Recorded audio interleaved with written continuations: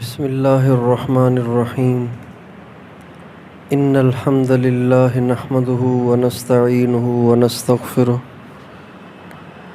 من يهده الله فلا مضل له ومن يضلل فلا هادي له واشهد ان لا اله الا الله وحده لا شريك له واشهد ان سيدنا ونبينا وحبیبنا وشفیعنا وقرۃ اعیننا محمدا عبدہ ورسولہ صلی اللہ تبارک و تعالی علیہ وعلی آلہ واصحابہ وازواجہ وذریتہ وبارک وسلم تسلیما کثیرا اما بعد فاعوذ باللہ من الشیطان الرجیم بسم اللہ الرحمن الرحیم انما یخشی اللہ من عبادہ العلماء۔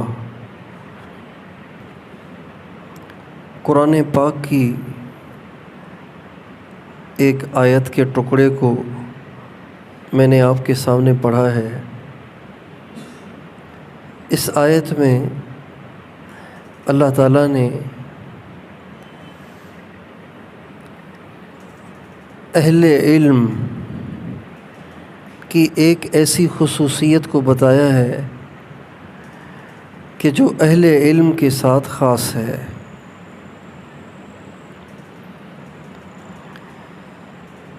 طلباء اور علماء اس کو سمجھتے ہیں کہ جب کسی جملے پر کلمہ حصر داخل ہوتا ہے، حصر کا کلمہ داخل ہوتا ہے،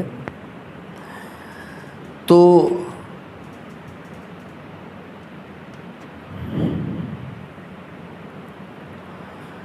اس کلمے کا جو حصر ہے وہ اس جملے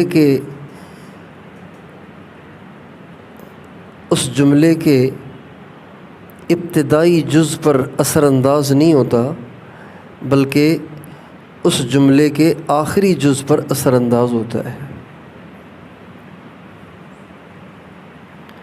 اللہ تعالیٰ اس آیت میں فرماتے ہیں انما یخشی اللہ من عبادہ العلماء،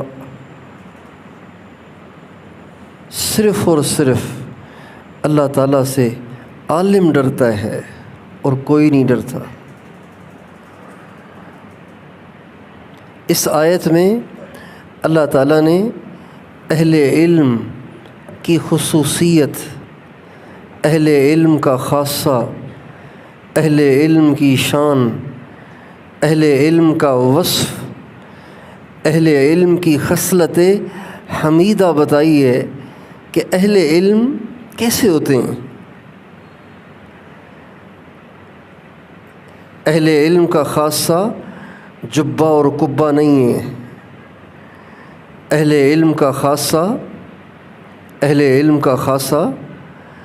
لفاظی نہیں ہے، اہل علم کا خاصہ مجادلہ اور مناظرہ نہیں ہے، اہل علم کا خاصہ کثرت معلومات نہیں ہے، اہل علم کا خاصہ امام بخاری جیسا حافظہ ہونا نہیں ہے، اہل علم کا خاصہ خشیت ہے۔ اہل علم کا خاصہ کیا ہے؟ خشیت، اللہ سے ڈرنا۔ جیسے یہ بچے اپنے اساتذہ سے ڈرتے ہیں نا، اساتذہ سے نہیں، ایک خاص استاد سے۔ ہر مدرسے میں ایک ایسا استاد ہوتا ہے اللہ کی طرف سے، ہر مدرسے میں ایک ایسا استاد ضرور ہوتا ہے کہ سب طلباء اس سے کانپتے ہیں۔ ہر مدرسے میں ایک استاد ایسے ضرور ہوتے ہیں۔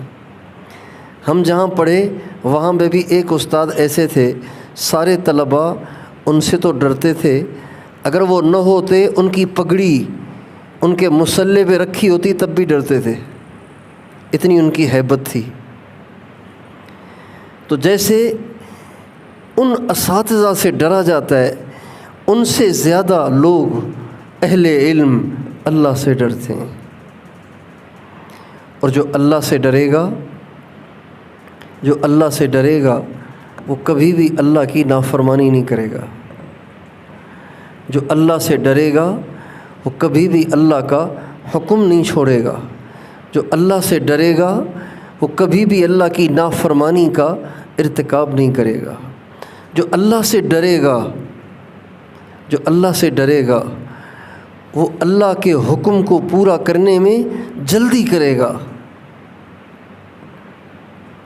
اللہ تعالیٰ انبیاء علیہم السلام کے اسماء گرامی کا تذکرہ کر کے 1 2 3 4 5 کئی سارے انبیاء کا تذکرہ کر کے آخر میں فرماتے ہیں اولئک یسارعون فی الخیرات وہم لہا سابقون، یہ وہ ہیں جو اللہ کی ماننے میں جلدی کرتے ہیں، اللہ کی ماننے میں جلدی کرتے ہیں۔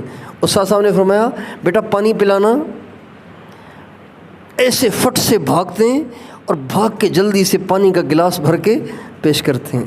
اللہ تعالیٰ فرماتے ہیں انبیاء اللہ کے احکام کو پورا کرنے میں ایسے ہوتے ہیں۔ تو جس کے دل میں خشیت ہوگی وہ اللہ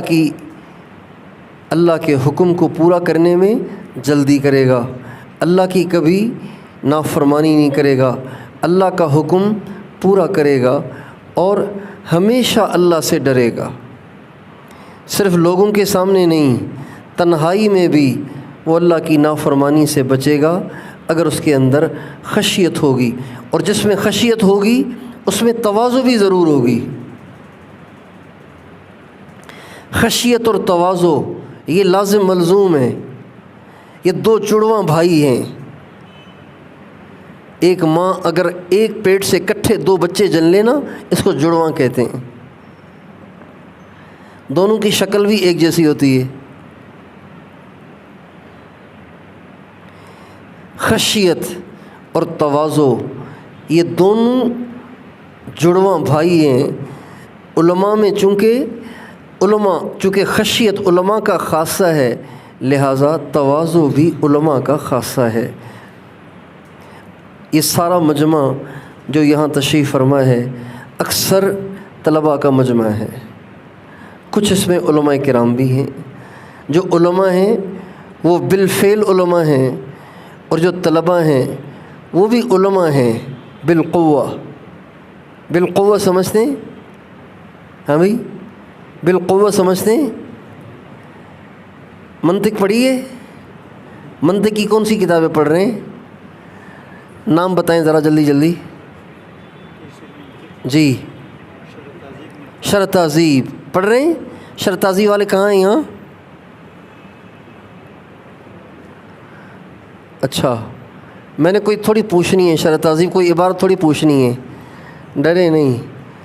اچھا اور تحصیل المنطق پڑھاتے ہیں یہاں؟ تحصیل المنطق والے تو بہت سارے ہوں گے نا، تحصیل المنطق ہے، شرح تہذیب ہے، کتبی شریف پڑھتے ہیں؟ کتبی شریف کون پڑھ رہے ہیں؟ ماشاء اللہ۔ تو جو علماء ہیں وہ علماء ہیں، جو طلباء ہیں وہ بھی بالقوہ علماء ہیں، ان قریب عالم بن جائیں گے۔ ما یعول کے اعتبار سے وہ بھی علماء ہیں، آخر انہوں نے بھی عالم بننا ہے۔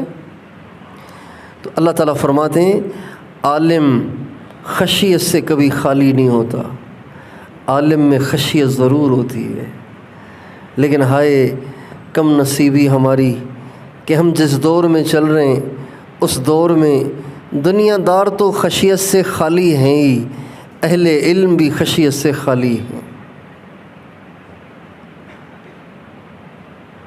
امام اعظم ابو حنیفہ رحمۃ اللہ علیہ کا کپڑے کا کاروبار تھا۔ تو ایک دفعہ اپنے کپڑے کی دکان پہ بیٹھے ہوئے تھے تو ایک شخص نے امام صاحب سے کہا اتق اللہ، ابو حنیفہ اللہ سے ڈر۔ امام صاحب کانپنا شروع ہو گئے، رونا شروع ہو گئے، 24 گھنٹے تک امام اعظم روتے رہے اس ایک جملے سے، ابو حنیفہ اللہ سے ڈر، یہ تو کیا کہہ رہا ہے؟ امام صاحب نے ایسی بات کی کہ اس کمبخت نے امام صاحب کو ہی کہہ دیا کہ اللہ سے ڈر، اللہ سے ڈر، ابو حنیفہ اتق اللہ، اللہ سے ڈر۔ امام صاحب پہ ایسا خوف طاری ہوا کہ امام صاحب روتے رہے، سارا دن روتے رہے، ساری رات روتے رہے۔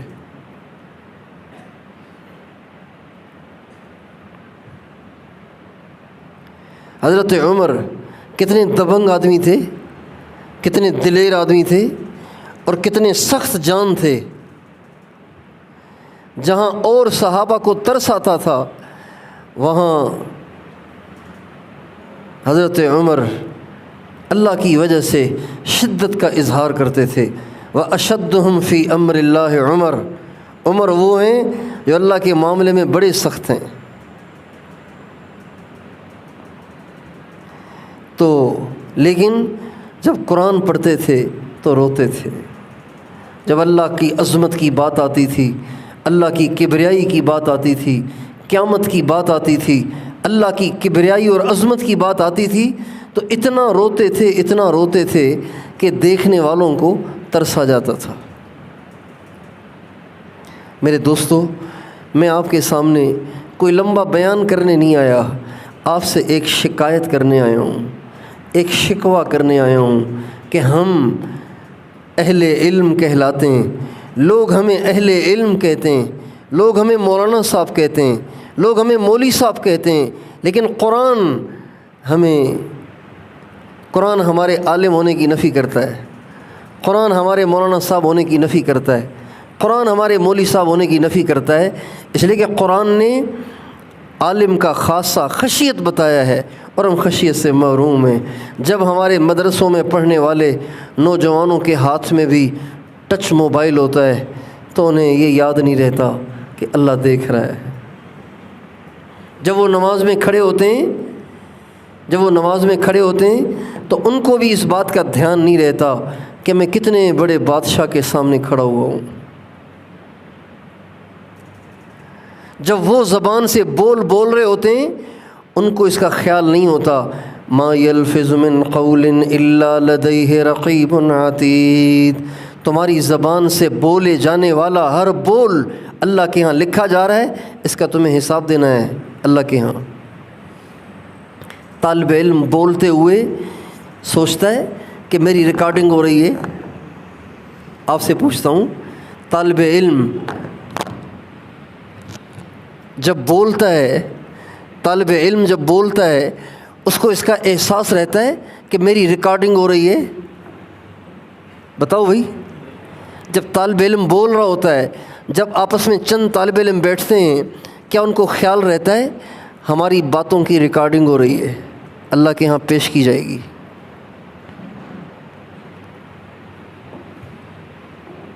ریکارڈنگ ہو رہی ہے، اور آڈیو نہیں، ویڈیو ریکارڈنگ ہو رہی ہے، اللہ کے ہاں پیش ہوگی۔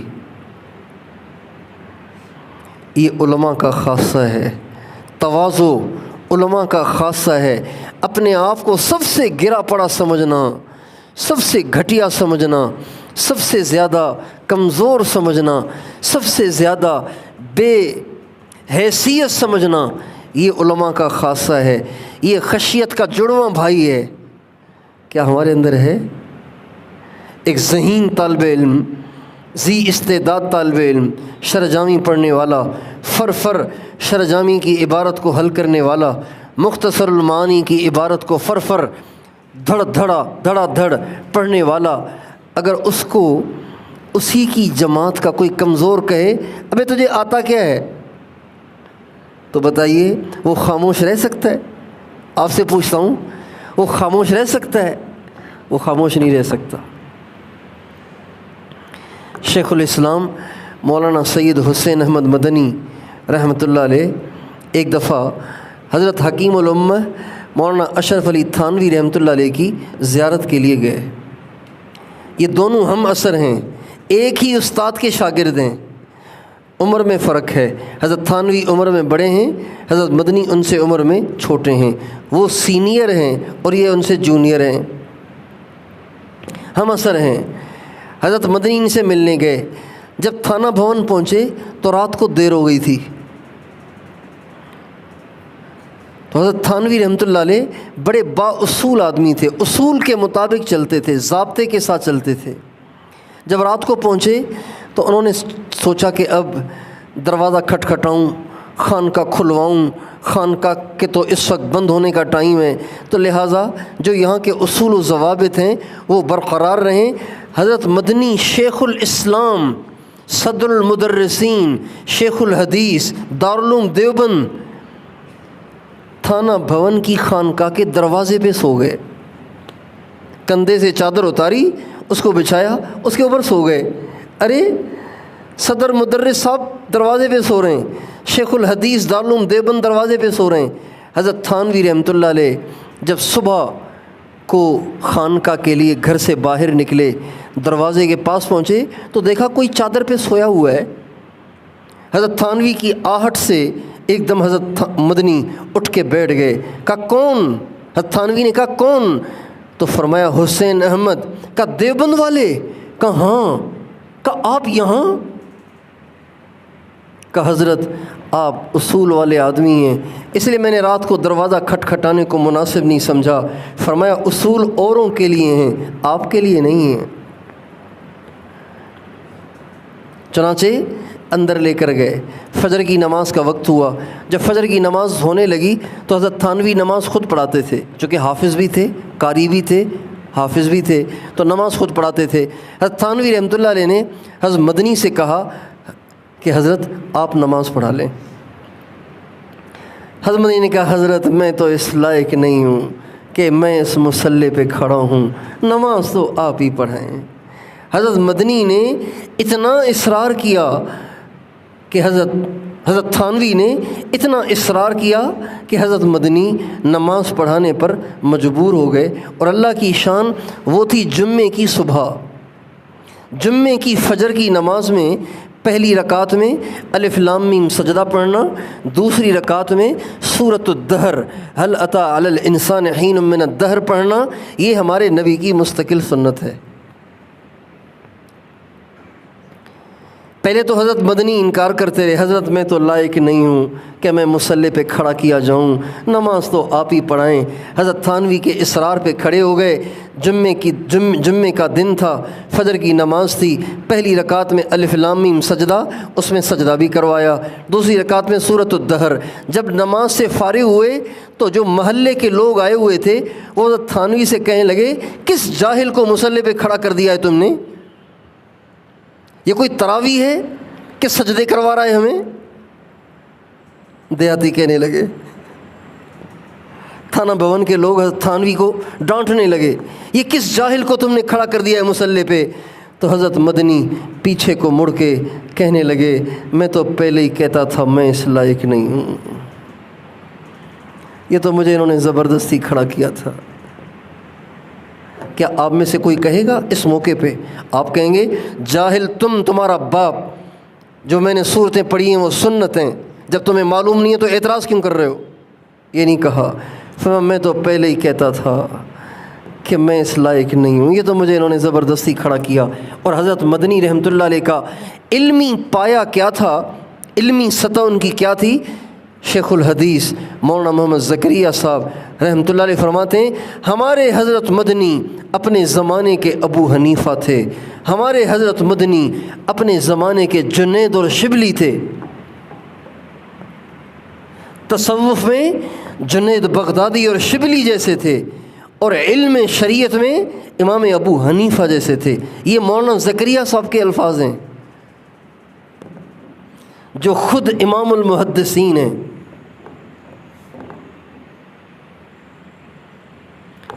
میرے دوستو، علم کثرت روایات کا نام نہیں ہے، علم معلومات کا نام نہیں ہے، علم صفات کا نام ہے۔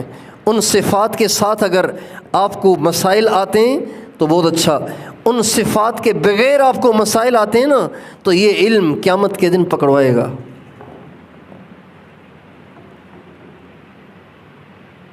اس لیے آپ سے ایک شکوہ کرنے آیا ہوں کہ اہل علم ہو کر ہم خشیت سے کیوں محروم ہیں، اہل علم ہو کر ہم تواضع سے کیوں محروم ہیں۔ ایک آخری بات سناتا ہوں پھر ختم کرتا ہوں۔ حضرت شیخ الحدیث مولانا محمد زکریا صاحب رحمۃ اللہ علیہ فرماتے تھے کہ اگر کوئی مجھے یوں کہے، اگر مجھے کوئی یوں کہے کہ فلاں ملک اور فلاں خطے کے علماء آپ کے اکابر سے تفسیر میں، علم تفسیر میں بڑھے ہوئے ہیں، تو میں کہوں گا کہ ہو سکتا ہے، یہ ہو سکتا ہے۔ اگر کوئی کہے کہ فلاں ملک اور فلاں خطے کے علماء آپ کے اکابر سے علم حدیث میں بڑھے ہوئے ہیں، تو میں کہوں گا ہو سکتا ہے، مناظرہ نہیں کروں گا۔ اگر کوئی کہے کہ فلاں خطے اور فلاں ملک کے علماء آپ کے اکابر سے علم فقہ میں بڑھے ہوئے ہیں، تو میں کہوں گا ہو سکتا ہے۔ لیکن اگر کوئی کہے کہ فلاں خطے اور فلاں ملک کے علماء آپ کے اکابر سے اخلاص میں، للہیت میں، فنائیت میں اور تواضع میں اور اللہ سے تعلق میں اور اللہ سے محبت میں بڑھے ہوئے ہیں، تو میں اس بات کو تسلیم نہیں کروں گا، اور میں مناظرے پہ اتر آؤں گا، اور میں دلائل سے اس بات کو ثابت کروں گا کہ تقویٰ میں، فنائیت میں، للہیت میں اور اللہ کے تعلق میں، نسبت مع اللہ میں میرے اکابر جیسا دنیا میں کوئی ہے ہی نہیں۔ آپ جن کے خوشہ چین ہیں، آپ جن کے نام لیوا ہیں، آپ جن کے بالوسائط شاگرد ہیں، حجت الاسلام مولانا قاسم صاحب اور امام ربانی مولانا رشید احمد گنگوہی، شیخ الہند، شیخ العالم مولانا محمود حسن اور علامہ انور شاہ کشمیری اور شیخ الاسلام مولانا مدنی، آپ ان کے نام لیوا ہیں نا، آپ ان کے نام لیوا ہیں، تو صرف ان والے مقرر کردہ درس نظامی ہی کو اصل علم نہ سمجھیں، اس کے ساتھ صفات کو بھی پیدا کریں، علم میں بھی کمال پیدا کریں، صفات کو بھی حاصل کریں۔ خشیت، تواضع ان کو اپنے اندر پیدا کریں، اللہ سے ڈریں، اللہ سے ڈریں، ہر وقت ڈریں، تنہائی میں بھی ڈریں اور محفل میں بھی ڈریں، بولتے ہوئے سوچیں کہ اس بول کا حساب دینا ہے، نظر اٹھاتے ہوئے دیکھیں اس نظر کا حساب دینا ہے۔ کیا خیال ہے؟ اپنے اندر خشیت، تواضع اور ان تمام صفات کو پیدا کریں گے انشاءاللہ۔ اچھا، یہ کہاں سے پیدا ہوتی ہیں؟ صرف میرے کہہ دینے سے، آپ کے کہہ لینے سے کہ ہاں پیدا کریں گے، پیدا نہیں ہو جائیں گی، یہ پیدا ہوں گی اہل اللہ کی صحبت سے۔ یہ کوئی کپڑے نہیں ہیں کہ میں آپ سے کہوں کہ بھئی یہ رنگین کپڑے کیوں پہنے ہوئے ہیں، آج کے بعد آپ سارے نیت کرو سفید کپڑے پہنیں گے، آپ نے جا کے سفید کپڑے پہن لیے۔ یہ صفات ایسے نہیں ہیں، یہ صفات صحبت سے حاصل ہوتی ہیں۔ ہمارے جتنے اکابر کو جتنی صفات حاصل ہوئیں وہ کسی اللہ والے کی صحبت سے حاصل ہوئیں۔ تو آپ علم دین کو حاصل کرنے میں بھی بھرپور محنت کریں اور اس میں رسوخ پیدا کریں۔ دیکھیں اس وقت سرسری علماء سے دنیا میں دین نہیں آئے گا، اس وقت راسخ علماء چاہیے۔ کون چاہیے؟ راسخ علماء چاہیے۔ اس وقت سوشل میڈیا پہ عجیب فنکار بیٹھے ہوئے ہیں جو اپنے علم کا سکہ لوگوں کے دلوں پہ جما رہے ہیں، اور ہمارے اکابر سے تو کیا، امام اعظم سے بھی وہ بے نیاز کر رہے ہیں، کہہ رہے ہیں امام اعظم کی بھی ضرورت نہیں، امام بخاری کی بھی ضرورت نہیں، امام شافعی کی بھی ضرورت نہیں، اور ان مدرسے کے ملاؤں کی اور مولاناؤں کی بھی ضرورت نہیں ہے، بس تم خود قرآن کو سیکھو، خود قرآن کو سمجھو، خود حدیث کو سمجھو، خود حدیث پہ عمل کرو۔ ایسے فنکار سوشل میڈیا پہ بیٹھے ہوئے ہیں جو آپ کی نوجوان نسل کا ایمان بھی لوٹ رہے ہیں، ان کے عقائد بھی لوٹ رہے ہیں، ان کا دین بھی برباد کر رہے ہیں۔